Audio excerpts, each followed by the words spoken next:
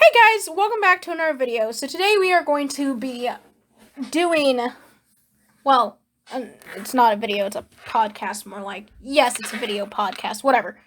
But today we are going to be talking about motifs. Now, motifs are things that invoke emotion or an attachment to specific words. One motif that I'm gonna repeat a lot in this episode is the idea of morally gray. Morally gray. That is my motif. I'm using a lot of morally gray characters because morally gray characters actually invoke these motifs really well and can transform a story, and it can make it seem much better and cooler, and motifs get a lot of good out of it. So one of the motifs that there's a few, but one is from Dream SMP, and it's Dream's biggest motif. In a way, Dream is the Aaron Burr to Tommy's Hamilton. He says this to Tommy. He says, I want a big, happy family. Happy family. His idea of a happy family warps really bad from the beginning of the Dream SMP to arguably the end of the Dream SMP. It is warped completely. It's transformed its meaning, and the original idea behind this happy family, it's gone. And Tommy's motif is, I have to get those discs back. The discs, they mean more than anything. And for Tommy, that motif is gonna bite him in the ass every single time, because he brings it up every which way you can get it.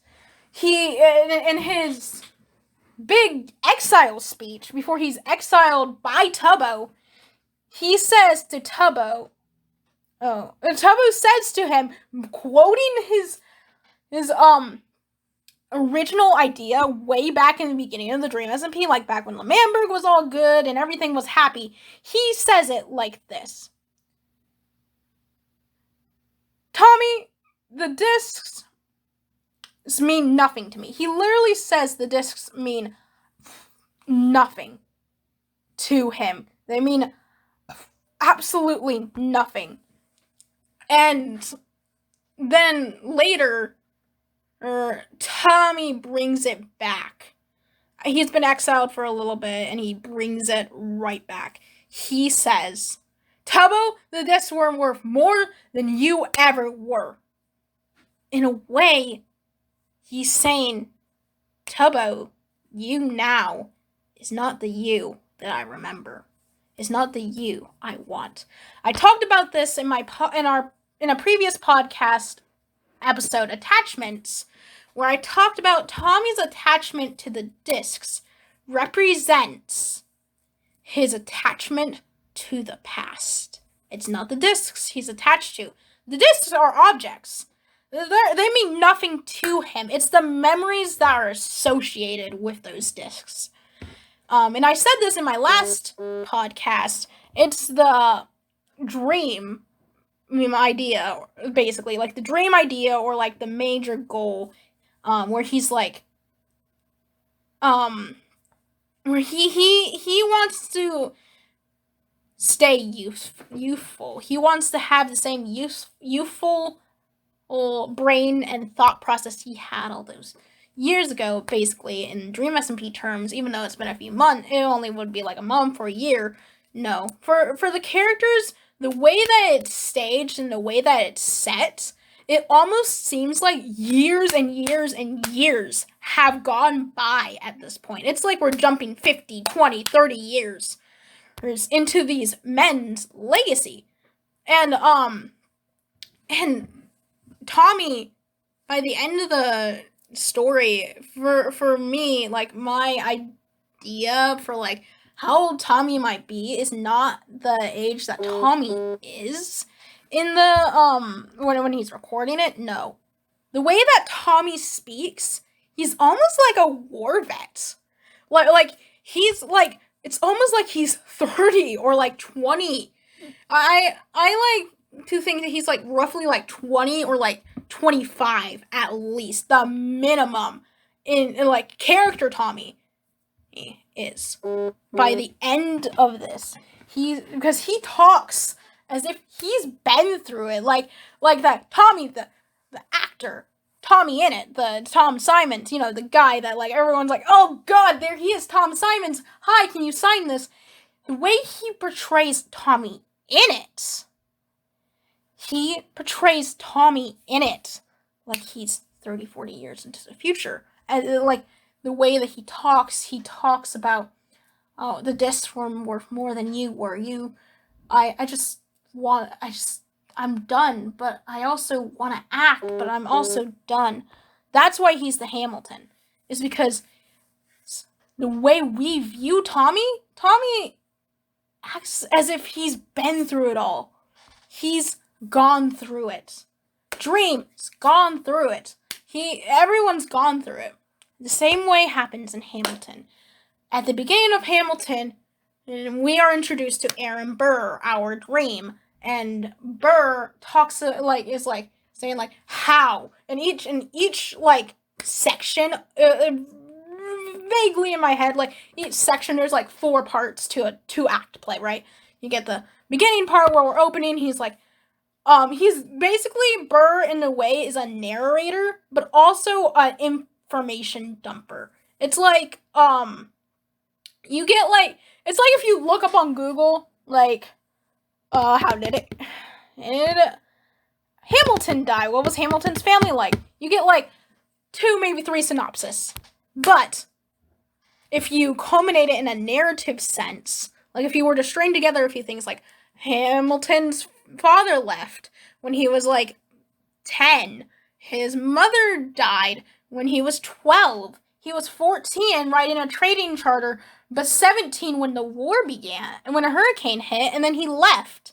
At 19, he was ready to go fight in a war. So, in a way, that's our narrator is, for the Dream SMP, is all over the place because you can watch different views and you can have different ideas. But really, the narrator of the story, weirdly, is Carl. Carl is our narrator. Carl, a background character in the Dream SMP that has his own spin-off that he's the main character, is our narrator. He is the other half to Dream's Aaron Burr. Because Dream is the Aaron Burr. He is. It's the Aaron Burr, but he doesn't have the narrative sense that Leslie Odom Jr. had for Aaron Burr. When Lynn was writing it, he set it out so that Aaron Burr could be our narrator. And Aaron's motif was wait for it, wait for it, wait for it, wait for it, wait for it. And Hamilton's motif was, I'm not throwing away my shot, I'm not throwing away my shot. In a way, it shows these 2 men completely different in every which way, and they had completely different ideas. Completely different. And, but they had the same goal. And that's what, weirdly, Dream and Tommy share. Now, you may be saying, like, what? Dream and Tommy share the same? No, share it? No, that's not true. But it is. Dream wants a happy family. But the thing is that the happy family he's talking about is the family he had at the beginning of the server, not the family he has now. The family he has now is Technoblade, Rombo's other half, and like Nikki, maybe like the Syndicate's like a very loose family, but like Technoblade definitely, and like and Rombo's other side. That's it. It's not the family he wanted. It's not the family he wants. Family he wants is a family that can get along. He wants Sapnap, he wants George, strangely, he wants Tommy, he wants Tubbo to go to him for advice. He wants the younger members of the service to flock around him as if he's a grandfather, telling the old tales of tomorrow. And talking about the war. And like, he wants that. The Dream that's playing him is a 21-year-old. The Dream who is Dream, but like character Dream, is like 30 years old. 30 years old. He is old. Mentally, he is old. In the way the 21-year-old Dream acted. He says, this is no joke, he says that he wants a family. And like I said, the family he wants is not the family he has. It's not the family he gets. In a weird way, he warps this thought of family. How does he do this? Well, any way a man would do it. You remember in the beginning when I said that when you first originally thought Tommy has an obsession with it. He has an obsession with the discs. Yes, he does.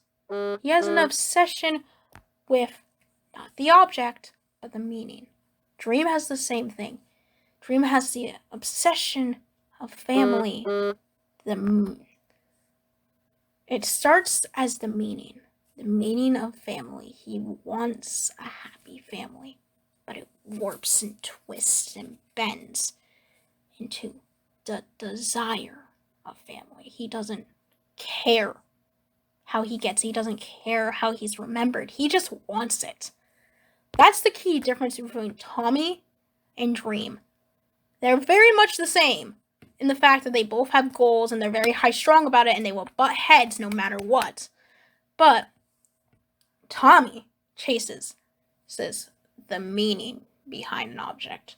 Dream, at least right now, Dream, right now, chasing the object, not the meaning.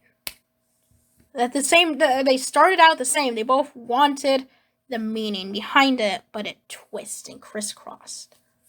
Dream's not obsessed with the discs, no. He's obsessed with the thought of the object. He's obsessed with the thought that he thinks, this is not what Tommy thinks. Think this through. He thinks that Tommy thinks that the discs are everything to him. That's not true. The discs are nothing.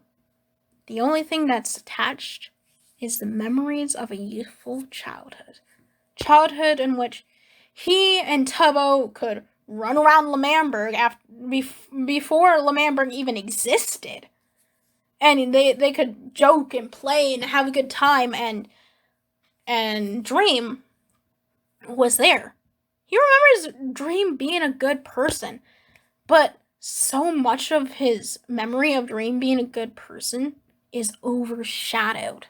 So much. So much of it is overshadowed by this person, this monster When you picture Dream, you no longer picture Dream, the man who could do manhunts and smile and laugh and joke with his friends. When you picture Dream, in the Dream SMP at least, you picture a monster. You picture the thing out of nightmares, the thing with gritting teeth that jet through the mouth, the blank stone crystal spear face. And the ever-unmoving dotted eyes of a mask with a toothy smile. Oh, not the man. Not the man who hides his face behind a mask because he's insecure about his looks. No. You just think a monster that hides behind a mask because he needs to. Because why show your true colors when you could be the bad guy and have all the power?